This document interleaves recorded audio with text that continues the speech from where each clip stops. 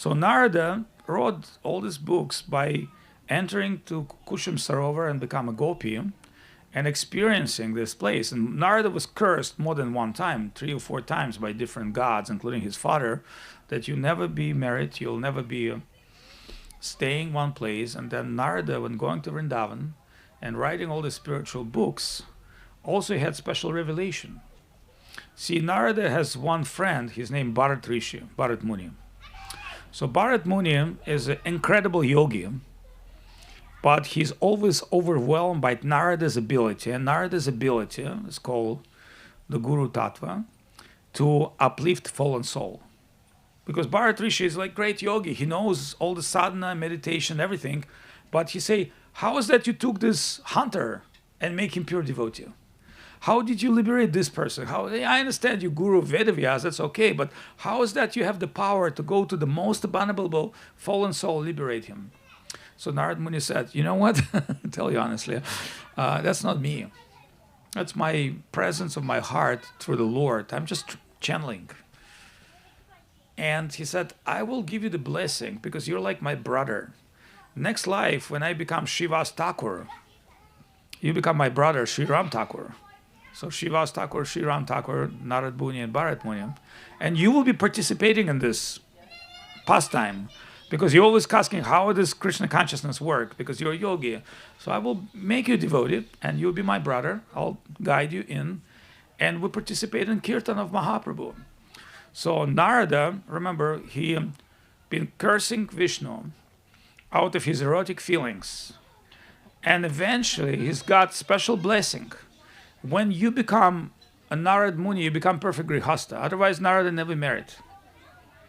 Not only that you become perfect Grihasta, your son will die during Kirtan, and you will be able to transmit that. So Narada Muni comes as a perfect Grihasta Vaishnava during that pastime, and acting, it's like a family man. Although he's not a family man, he's a Narada Muni. And he's actually in Linga Purana 28 Vedavyas. He's also one of the Vedavyas, Narad. And actually, the part I told you is his Pancharatra and his Narada Bhakti Shastra. That means he's taken the most mystic yoga into the way of bhakti-yoga. Because according Pancharatra, anyone can practice Pancharatra. It means go to the arati and participate in arati. Even if you don't know the ritual, the mantra, the tattva, just by seeing the arati with the lamp and kirtan. And remember, this is ultimate spiritual practice which we have, which is coming from exalted scriptures, because we see the divine form of Nitya-rupa, Achintya Guna Swarupa of Krishna. We worship with the mantra, the chant of his own name, and glorifying his transformational. Remember that Saraswati Arati, Jayare Jayare Jaya Gaura Saraswati, it's a very deep meaning where Krishna discovered himself as Mahaprabhu. So this is very, very difficult thing. I mean, very esoteric what we're doing. But we just aham agyana gyantamach nashyami atma bhavasto gyanadipena basvata. So in this case, aham agyana gyantamach. Well, no one is really conscious of that. Because devotees, they're not conscious. They don't need gyan. They just have vigyan, just experience. They're happy to see the deity. They're happy to see the Lord. They're happy to chant, like Jagadananda. He's like, hey, whoa, boom, boom, boom, with kartals. That's not in any book. That's beyond the book. And because it's a flow of heart. Do you understand? We're not trying to do like din din din or that, whatever you can. If you can scream, you scream it. If you can bomb, you do it like that, or you can dance, whatever. Or if you can stand, stir with your saliva coming out of your mouth, it's also fine. There's no one will tell you anything. That means whatever you are, it's the mystical process, and you can't really understand how your heart will react, how you purify yourself. So remember, Krishna consciousness is the highest expression of every spiritual aspect. In Mahaprabhu, giving us bhakti yoga. That's why bhakti yoga is the highest. That's why Sarvabhaumatacharya wrote in Sarvabhaumastaka, Shri Krishna Sharira, Dhara, that you coming in Kali Yuga by giving the bhakti yoga, the highest expression of spiritual thing for the most fallen soul, without considerations, without conditions. You are giving what gods and goddesses and divine yogis and beings cannot experience. You're giving that for nothing to common man who has no experience, no clue. But this is your mercy, and no one can judge you. And that's why we are having this gathering. And the reason that we're talking about these things, to be able to appreciate things like this. It's not an easy, like I said, 5 things Mahaprabhu said: Maturavas, Murtiya Seva, Bhagavat Shravan, and Nama Sankirtan. Like these things are not easy to get. You don't go to any place in the US and you get that. Even if you go to Dwarkadish temple in LA, which God bless, we're not challenging that, but that is not the same. Radha Bhava Duti Subalitam Nomi Krishna Swarupam. This is the most exclusive presentation of divinity ever. And it is only given by Govinda Maharaj, because he's only one who can give that and qualified for that. And God bless Prabhupada, there's nothing wrong with that. It's just Prabhupada doing his antaranga and bahiranga, external and internal. Internal bhajans of Gaudiya Vaishnavism, Saraswati Thakur, is present in the form of our beautiful lordships.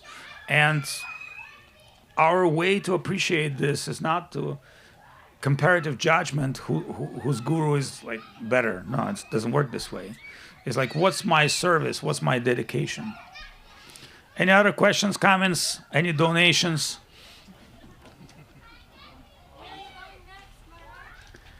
You have to pay more. Talk to my Russian secretary. He need more powder. I'm talking about Shilajit.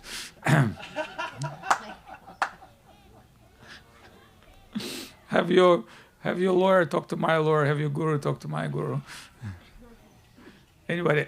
Any other questions or comments? Yes, sir. Hare Krishna Prabhu.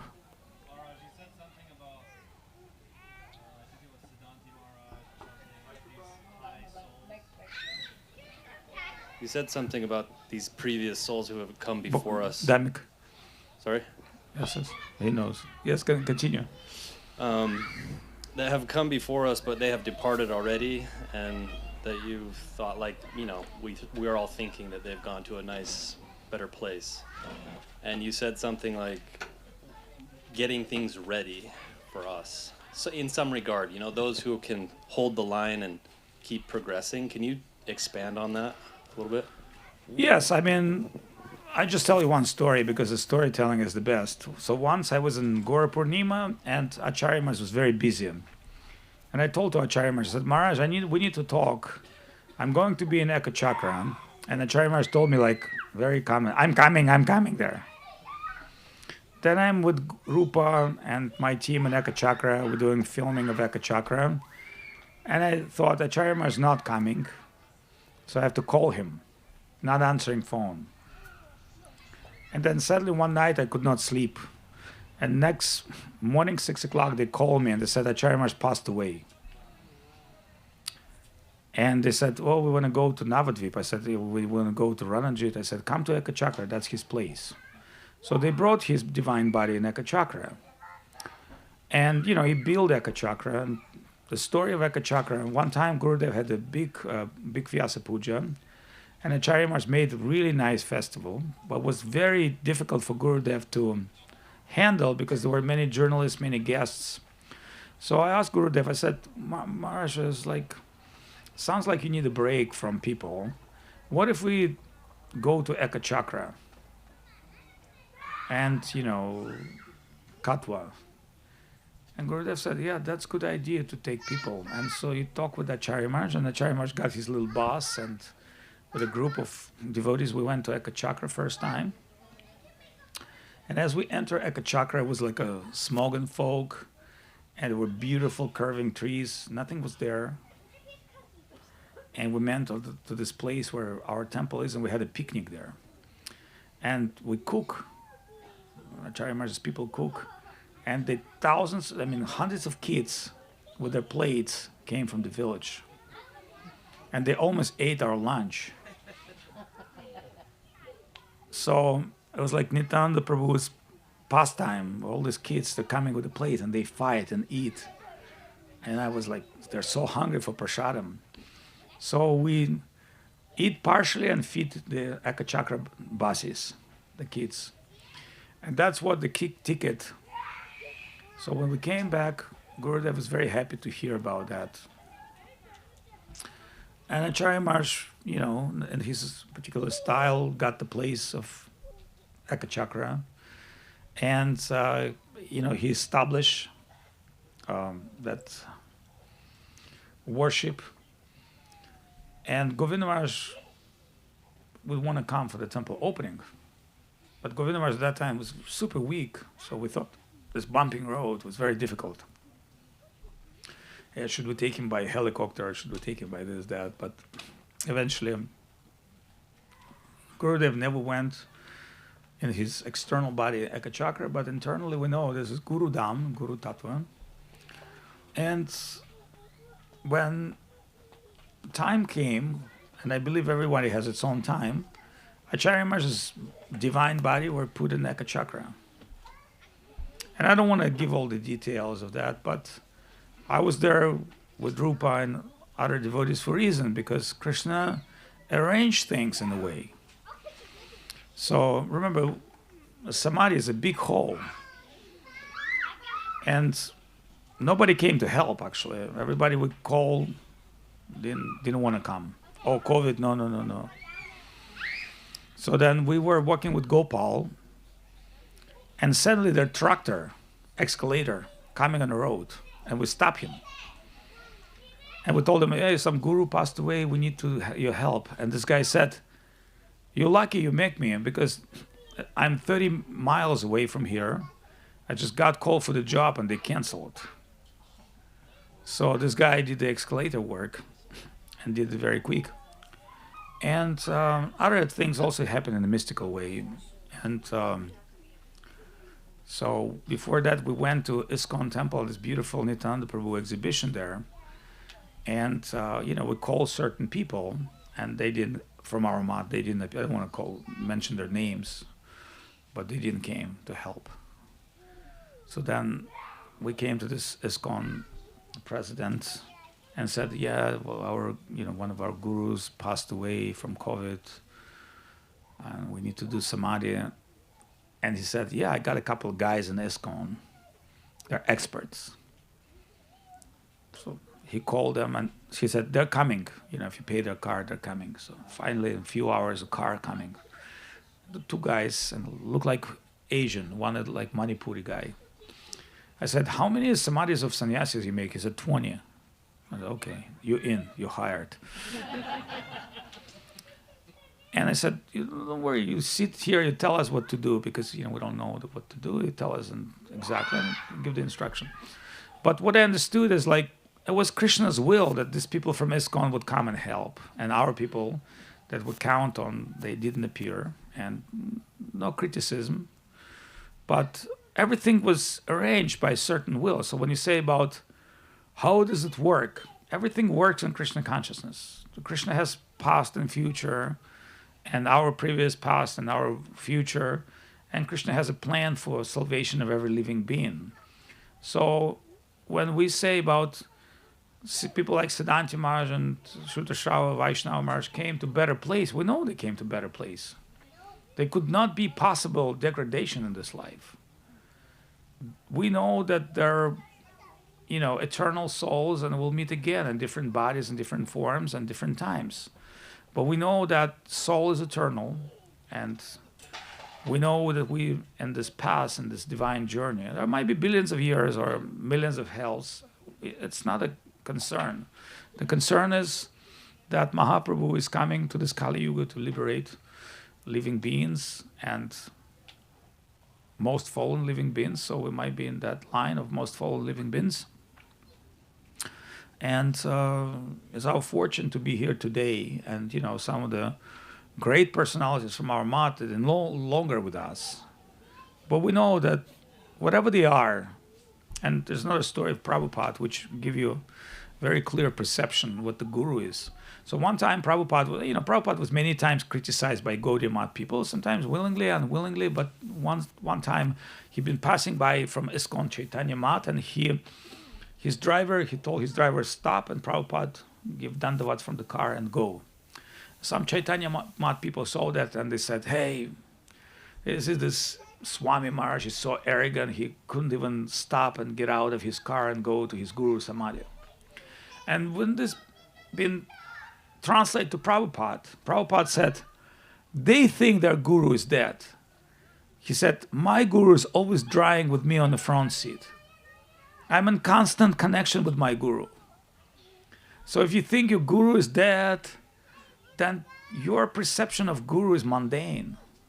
He said, they are thinking like I'm every day thinking how to fulfill desire of my guru.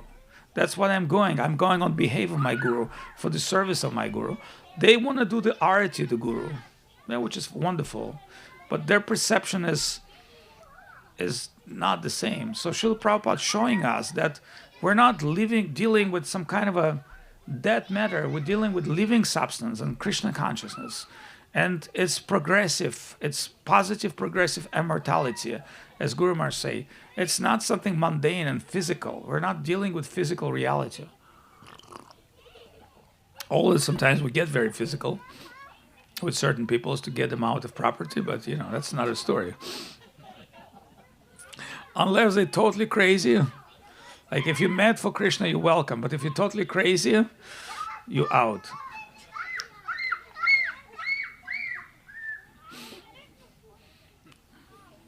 Hey. Dandavad Maharaj, I have a question. That's okay. You can ask at the same time all questions. Some devotees say that the spiritual world is some specific place in the universe, like Goloka Vrindavan is the planet.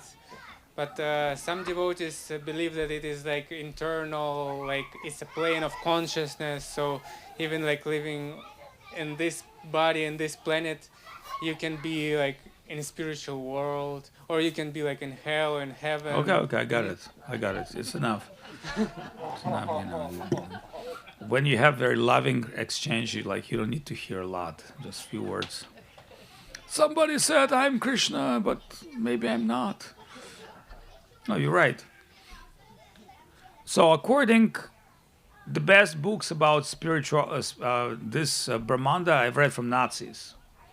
One time I was with director of Hamburg Planetarium, the German guy, Mr. Thomas, and he showed me, he said, Swami, I have some Hitler's book about cosmology, Vedic cosmology. You might be excited about that.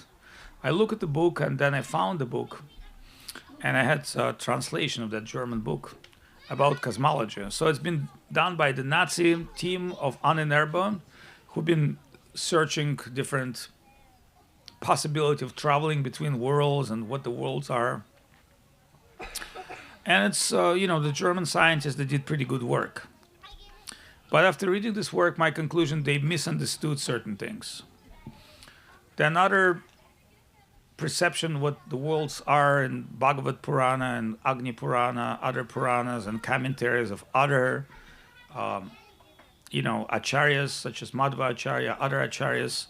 So it's a whole different thing. Like ISKCON published PhD on that. Like it's many books about Vedic cosmology, which no one can understand, including ISKCON that published. And German scientists, so as well as Avadhut Maharaj. So that means we cannot understand this tattva from objective reality.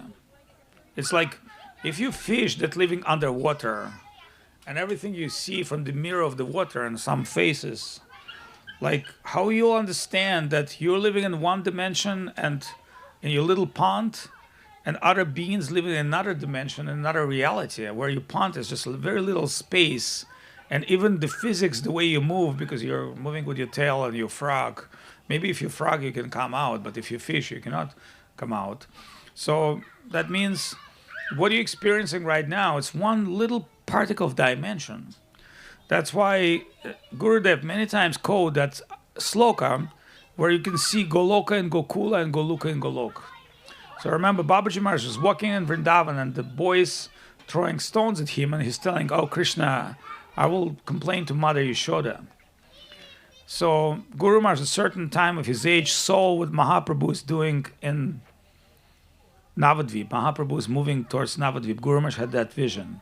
So how being in like a physical, let's say, illness or invalidity with the big glasses, you can see what's going on in spiritual world, and I can explain to you. That's Bhaktivinoda Thakur's comment. He said, pure devotee always see divine pastimes in his heart. Consider your heart as YouTube.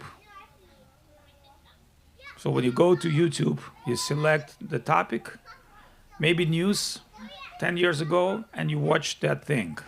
So if you can do this in YouTube, to play back different clips of videos, think about Heart of Vaishnava that has all the pastime. Like, it's like we figured out what YouTube is. You upload any lila, any pastimes, any movie, anything.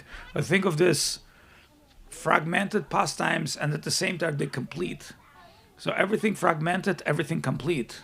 So Purnam Purnayate, everything has complete and fragmented reality. So if we can understand there's YouTube in this world, then what is the world of consciousness? How is that world of consciousness? So when you're entering that YouTube, sometimes your mind is taken by that video. You're watching that movie, you're inside the movie, you're not, and so the difference between pastimes that you're watching, the film and the viewer and observer. And when you do computer games, you're the player. So if these things have been exploited for material benefits like computer games and films and internet, then how to speak about perfect world? The perfect world have to be way more perfect. But the reason I'm explaining these things to you, because if I told you 50 years ago what YouTube is or like computer games, it wouldn't make any clue. So now that you can compare this with your experience, you can say, yes, I got it. But 100 years ago, it would be useless to use that language, hard drive, internet, Wi-Fi. It would not make any sense. Then you can understand if we're moving towards world of technology, where we can see things, like, would you believe 5 years ago if I would explain you GPT chat, right? You wouldn't believe it. You say, it's impossible. AI is impossible, but it's possible. If I tell you from 5 years from now, AI will rule you completely, you say it's not possible. Now I'm ruling the AI, but in the 5 years it will rule you. It'll tell you what to do. It knows you better than you are. And you say, well, what is to be done? Well, in a certain time, in a certain world, you have to appreciate what's here and now. So you have to appreciate Krishna consciousness here and today, because tomorrow we don't know what's going to happen. But one thing we know, we're here today at Govinda Mela. You can get a little T-shirt for $20. Anybody want to pay more? It's available.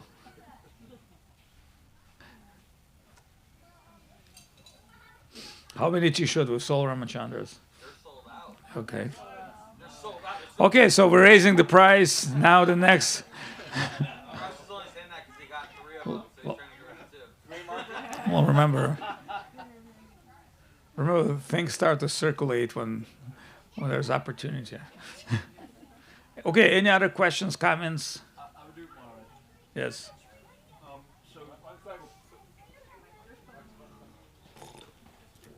Go ahead. Oh, sorry, the mic. Yes.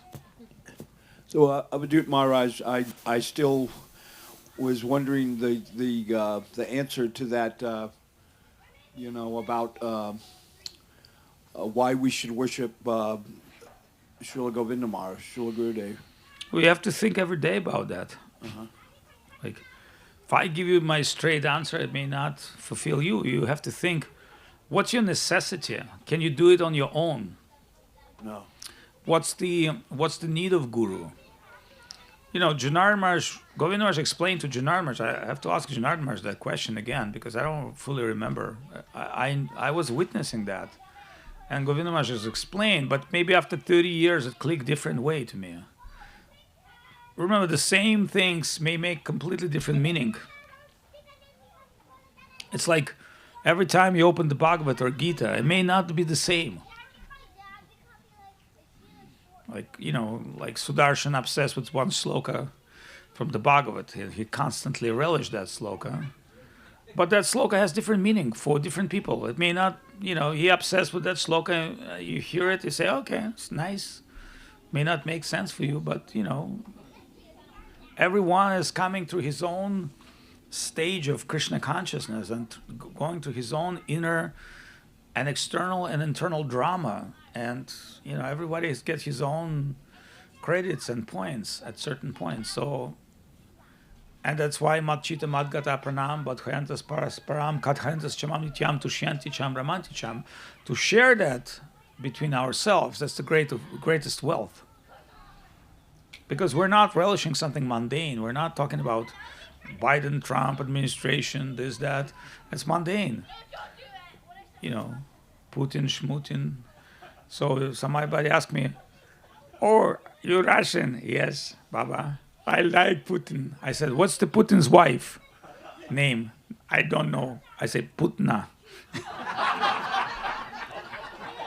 And this Indian guy said, Putna? Ah. I said, Ludmila Putna. You understand who Putin is? If your wife Putna, who you are? And Baba, I'm coming. Just now I'm coming.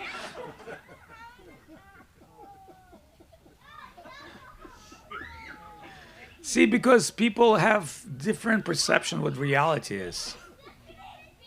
If you live in Africa, you're never seeing snow, you love snow. If you live in freaking Siberia, you love Africa.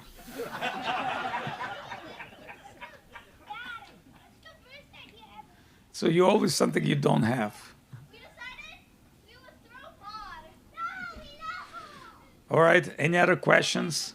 Any donations?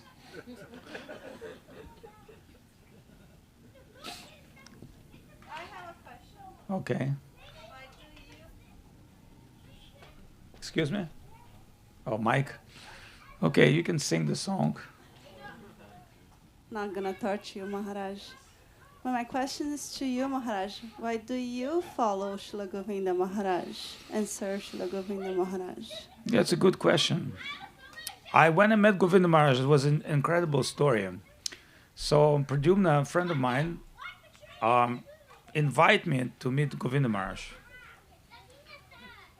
And there was like Nitya Seva and a few other devotees, Tarun Krishna in New York. They rent a little place in Queens. And Govinda Maharaj late for about 4 or 5 hours. So we wait, and not coming suddenly because Giri Maharaj is, Govinda Maharaj came to Giri Maharaj's place, which was like 4 hours from New York. It's like, hey, come to New York, come to California, like it's like LA and San Francisco. So Govinda Maharaj drove, and because of the New York traffic, he came very late. And certain people left, but certain group of people stay. And I was completely shocked when I saw Govinda Maharaj. First of all, he's coming with Sagar Maharaj and Giri Maharaj, and he looked like women. He doesn't look like a man. He's got this little babushka look, and they carry him. So I think his face is like not like male, not like female, very sweet face. And then he came, and there were several Prabhupada disciples. Then so when Govinda Maharaj started speaking the glories of Srila Prabhupada and spoke so affectionately, it melts people's heart. So finally, when the questions came, I asked Govinda Maharaj, I said, what if I cannot follow all the principles, and should I, like normal thing? Because I thought, if you have to become perfect before you take initiation, I cannot guarantee that, I will be perfect all my life. So Govinda Maharaj told me the story of Shalagram Shila and butcher. One butcher sell meat and put Shalagram Shila as a weight on the scale. And then he told me the story of prostitute that offered Jagannath prasadam. And that turned my perception of what Krishna consciousness is from what I can accomplish to what the mercy Lord can give you, in spite of how fallen you are. Krishna Karuna Sindhu Dina Bandhu Jagatpate. And remember, we all fallen souls. So the more we try to prove ourselves, our greatness, the more the deeper we fall. Like everything I judge in other people, all imperfections, eventually I discover in myself in a way more, extreme conditions. So if I see somebody's greedy, then I said, hey, I also have greed. If somebody lost, I said, I also lost. So judging others, including yourself, is not a Krishna consciousness. Yeah, self-awareness is good, but Govinda Maharaj has changed my understanding. So I thought, such an amazing person, and I said to Pradyumna, if he comes next time, I should ask him initiation. And Pradyumna said, there may be not next time for you. So jump in the car. So we went to Jairam house in New Jersey, and Govinda Maharaj was there. And morning time, 4 o'clock, I wake up and I came to him, and there were a few other people, and I said, blah, blah, blah, I'm like, that's what I am, actually. I ask you if I can connect, and he said yes. And I thought he needn't deny me. He doesn't even know who I am, because the ISKCON story was like you have to get a letter of recommendation from the senior cleaner to the senior cook, like you have to run around and get approved by everyone, which is not a bad idea. But I said, this person is not really judging, and he doesn't even know who I am. And he's giving me so much mercy. Then how can be ungrateful? So after taking initiation, I think we kind of like run away with my friend. And it took me some time to think who the guru is and what the guru is. And as we say, the book Sri Guru and His Grace. So to be able to appreciate Guru, it's not an easy thing. And now, after some time, when we were with Siddhanta Maharaj, we took sannyas almost together. And Gurudev gave me a bunch of beads and told me, like, now you're going to go to Russia and start preaching and initiate people in my behalf, and after I die, you become their guru. I was like, I'm not really... I never thought of myself being guru. I mean, that was never my plan. And I definitely don't see this is now. But what he told me, like, you have to take care of them. And after I'm not going to be here, you have to continue taking care of them. Then I thought, okay, I understand. Well, I'm not bringing people to myself. Rather, I connected them with Srila Govinda Maharaj, and I'm, trying to follow his instruction to take care of them. And it sometimes works, sometimes it doesn't work. And, like most of my disciples that are considered, I'm considered them as my friends, not as like my, I never, like, they love me and I love them. But, like somebody like Rupa, they're completely off road. They go off road. The pilots, the helicopter drivers, they fly. They don't go by the rules of this. So they're on Cosmos TV. Cosmos, it's space. And I thought, yeah, it's easier to me to deal with people like that than to deal with a bunch of intellectuals and a bunch of, pretenders and things. And still, I'm thinking, this is a family of Govinda Maharaj. Now we have children, grandchildren, we have people like Nasi Maharaj, Sri Leka, the dinosaurs of Krishna consciousness, and then we got, like, British gentleman like Madhusudan Maharaj, he's a British perfect gentleman. But we also need to be something for imperfect people. Remember, like, what is criticism to me always? Oh, Avadhut Maharaj is not orthodox. Like, I think I'm going to, like, Vaishnava festival, I bring my dhoti, I bring my uttariya, but I said, I really like these women pants. I bought them and they're very cheap. Because they're saffron. And I went to this Indian store and I thought, why is that, like, they're not making a good clothes for men. The best clothes be done for women. So I said, I buy it. I don't care. Women pants, it's okay. It's all right. Why? Because things are sometimes not the way they are. Giorgio Armani, he creates revolution in the clothing business and inventing women's suit and inventing so many things. Giorgio Armani was a military man and he was decorator, but he had taste for fabric, for clothes. He had understanding of what the clothes could be like, because before Giorgio Armani, certain men's clothes was horrible. It's always like this thing, like he looked like a soldier. So he made everything smooth, and so he kind of like see different way.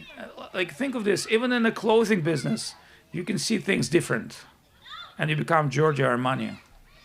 I don't know if it makes sense for you, Giorgio Armani, because sometimes you talk to fashion students and you give an example of their, great couturier, the people who create clothing or create decorations or create technical things. So Krishna consciousness is a very creative process, actually. Like, our ladies spoke about, making dress for Radharani. And, it takes like little creativity to come up with amazing ideas and express themselves in the best possible way of the fashion, but not for themselves. Like you see, it's not a self-centered, it's Krishna-centered, Krishna consciousness. How Radharani will look, how Krishna will look. And that's what bringing joy to devotees. Yeah, not like how I'm going to dress. Who cares? But how do we dress Krishna? How do we take care of devotees? What do we cook for the deities? How we, do for the service of others, Vaishnavas, etc. Like, see, Ramachandra, he's in hospitality, but he's trying to cook and give everybody food because he's good at that, and by his size, you can understand he loved that food. So normally when you get a slim cook, don't trust it. You have to have taste for prasadam to be able to give prasadam. So when I see the Indian slim cook, I said, is it this guy really knows how to eat? So you have to have some taste. And that will print in your heart. So then you can understand. One time with Ramachandra, we traveled in Crimea, and he tried to impress us. And, there was nothing to eat. So Ramachandra went, collect some peaches, chocolate, and he made barbecue peaches pears with chocolate, right? Yeah, peaches with chocolate, barbecue peaches with chocolate. Devotees were shocked. Because, he can cook on friend, like, add some chocolate and do some, like, peaches and, like, taste amazing. I never had it before. So that means in Krishna consciousness, it's always like that. It comes in a particular way. But anybody, so I don't know how much time we have. I tell you one thing. So one time when I took sannyas, some devotees invited me to Ukraine. And there was a new guy. And I said, so where do we preach? He said, in the chess school. The very center of, Ukrainian town, Zaporozhye, the chess club where they play chess. I said, okay, that's fine. What time? He said, I rented from 11 o'clock in the morning till 11 o'clock at night. I said, okay. So I wake up in the morning, I cook, I eat, because I know I have to eat lunch and dinner at the same time. And I went to that place. So I'm speaking 11 hours a day, like from 11 o'clock in the morning to 11 o'clock. People coming, they're coming, leaving, new people coming. So, but I said, okay, I'm going to speak everything I know. So I speaking nonstop, and some people coming, some people sleeping. So there was one old woman, maybe like 90 years old, came every day. She sit down in front of me, and she's like... So after 7 days of my saptaha, I asked her a question. I said, what bring you here every day? And she's like, oh, my son, I've been passing by, but I'm dressing in this saffron dress, look like women dress. She said, I saw you like a dress like a doctor. And I said, I haven't slept for 25 years. I enter and immediately got into sleep. So I start coming every day, and my sleep is start coming. 25, I could not sleep. So every time I come and sleep, I said, then my conclusion was, whatever I do, it works on some level. Yes? One last question from my part. How many times did Gurudeva visit Russia? I think 8 or 9 times. We had some fun. I'll tell you one interesting story. So one time Gurudev came And he had to go back. And it was October. And Russian, October, November, December, so snow comes November. And Gurudev told us, I never seen the snow. I've never seen the snow here. Show the pictures. Next day, everybody wake up. There was snow at that night. And it melt during the day. But night, it was a snow. And Gurudev said, yes, Krishna showed me the snow. That's miracle. I mean, there's never snow that time. But his divine presence gave a lot of things. So one time my father came to Govardhan with Gurudev. And my father is like, he's not very disciplined, not like me. So my father like went to sleep, and nighttime he heard bell, bam, bam, bam, bam, you know, arati. So he wake up, put his dress, put his tilak, and then there's no sound. So he looked at the clock. It was 3 o'clock in the morning, and arati started about 4:30, so 1.5 hours. And he was like, "Wow." But he's ready. He said, okay, you know, it's no point of taking off the dress, so let me lie down. And he went to sleep. And at that moment, he saw a dream. They're walking around Gurudev in Govardhan. Parikrama. It was Govinda Maharaj. And they sit down somewhere, and he saw a little child crawling, naked child, like, you know, like little child but naked. And my father took that child and covered him in his chadar. He said because it was very cold in the morning, and that child very cold. And that my ex-wife said to my father, you bring Gopal. And interestingly, that child told to my father some weird words. And my father was very shocked and wake up and blah, blah, blah, blah, then talk to Gurudev, and Gurudev didn't say anything. But that child said to my father, like he said, oh, tell your son that Lenin is demon. And interestingly, in my office, I had an old Soviet portrait of Lenin, which I put him tilak and saffron dress. And I said, study, like study Shastra. But when my father came from India, I picked him up in the airport. He had this Gopal, which he got in Govardhan. And then he realized what this little child told him.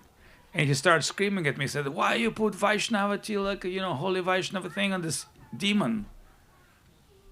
And then he told me the story.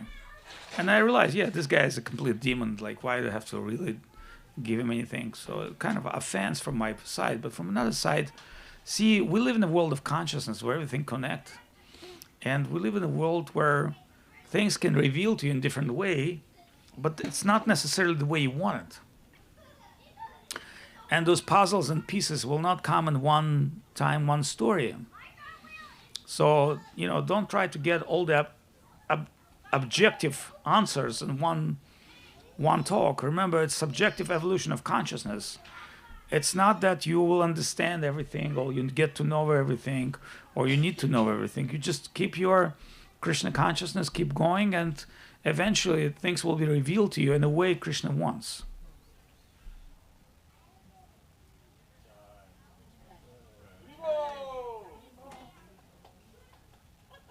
Sounds very enthusiastic. Remember, this rest of people just sleeping like. And Avadhut Maharaj is boo, boo, boo, boo, boo. Okay, anybody has any provocative questions?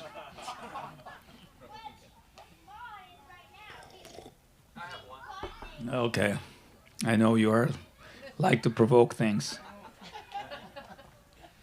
Maharaj, what's your feeling about these like international festivals within our mission that you know, you used to have the Veda life and Govinda Mela here, or Villa Govinda, or the festival in Thailand. Yes. How do you think in this time, post Gurudev's manifest pastimes, how this can help unite us as a whole, as a mission? How do you think that contributes to that? Well, remember, we unite by consciousness.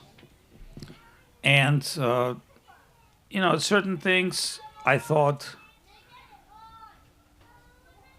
I asked one devotee when... Remember, we did Vedic planetarium, so I asked one ISKCON guru, and I said, isn't Prabhupada want us to work together? And this devotee said, yeah, that's true, but you have to be very sincere for that. Remember, it's about a particular sincerity level. Like some people just, you know, want to be a leader. They want to lead. And they have an ambition, which is not bad. So, you know, somebody has an ambition to do something, and he does it. And somebody has another ambition. But, you know, in time, to me, I look at these things very philosophically. Because I understood, like, it's very difficult to put people on the same page. Because sometimes in the heart they're on the same page, but their ego or their perception about how to get things done is different. So that does not mean that it's right or wrong. It just means, you know, whatever the two intelligent people, there might be different opinions. So remember, Gurudev said, collaborate with those who are seeking collaboration.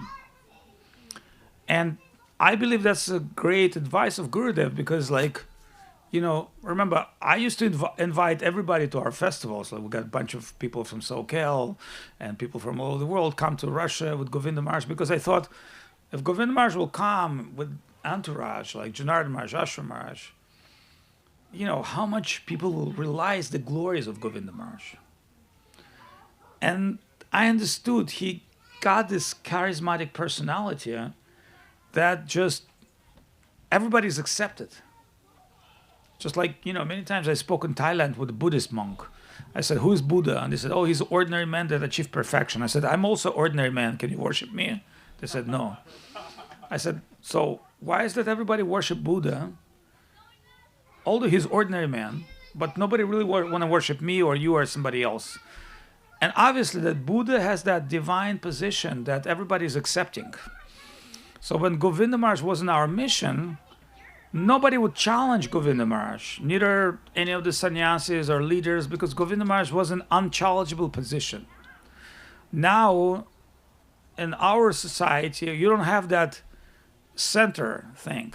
You don't have that center person. Somebody say, Avadhut Maharaj, somebody say, oh, you know, everybody has a narrative, which is fine. So you don't have that charismatic personality. But, you know, if you really look at Acharya Maharaj, he's been like an absolute for a certain group of people, which is fine. Like right now, they're trying to promote Nirihi Maharaj as absolute. And I said, that's fine. We need the young leaders, we need an Indian leaders. But you know what? Did you put him on your altar? He said, no. I said, so then that means you are promoting him for somebody else, not for you. And my altar still Govinda Maharaj is there. It's not that I don't recognize this person or that person. I fully recognize everybody. But my point is like, due to your spiritual connections, your heart connect with certain personalities that you accept. Like, there's many great devotees in ISKCON. No one's equal to Prabhupada. There's no like Prabhupada of ISKCON nowadays, right? And nobody even thinking of that. Yeah, like Radhanath Swami has maybe thousands of followers. So in outside world, he's maybe number one guy to represent Krishna consciousness for others. He can meet the Prime Minister of England and the Hollywood stars, and he do it better than anybody of us. But no one accepting somebody as Prabhupada. And that's okay. We know Prabhupada is Prabhupada. Govinda Maharaj is Govinda Maharaj. Guru Maharaj is Guru Maharaj. We don't have to play that role. You know, if you want to accept somebody on that level, that's fine. But that will not be accepted by all our society. And that's okay. Like you have to understand, I'm guru for certain people. So certain people, I'm like their grandson, or like their son. You know, some like local ladies say, yeah, this naughty boy, I remember he was coming to kitchen, you know. I gave him some chapati, you know, like, you know, remember Sureshwari, she's always giving you like sandwich when you on the way out, like mother. And like, what do you tell to Sureshwari? Like, I am the guru. And like, my grandson, get the hell out of here. Because she's like your mom, you know. So Sureshwari is like my mom. Like certain ladies in our mission, they're like mom. When I look at Divya Shakti or, you know, or other ladies, I think they're like my mom. They're like, you know, and they love me on that level. So, you know, if I'm going to play this guru BS, that's not going to work. But for some people, I come and I play like I'm an important guy. It's okay. Not here. So, like, you know, so, you know, Janardhan Maharaj is like amazing person, but everybody knows him here. Like, he doesn't have to, you know, do another show to establish himself. He's already established. Or like Hashipriya, he doesn't have to be at every program, but everybody knows Hashipriya is the program.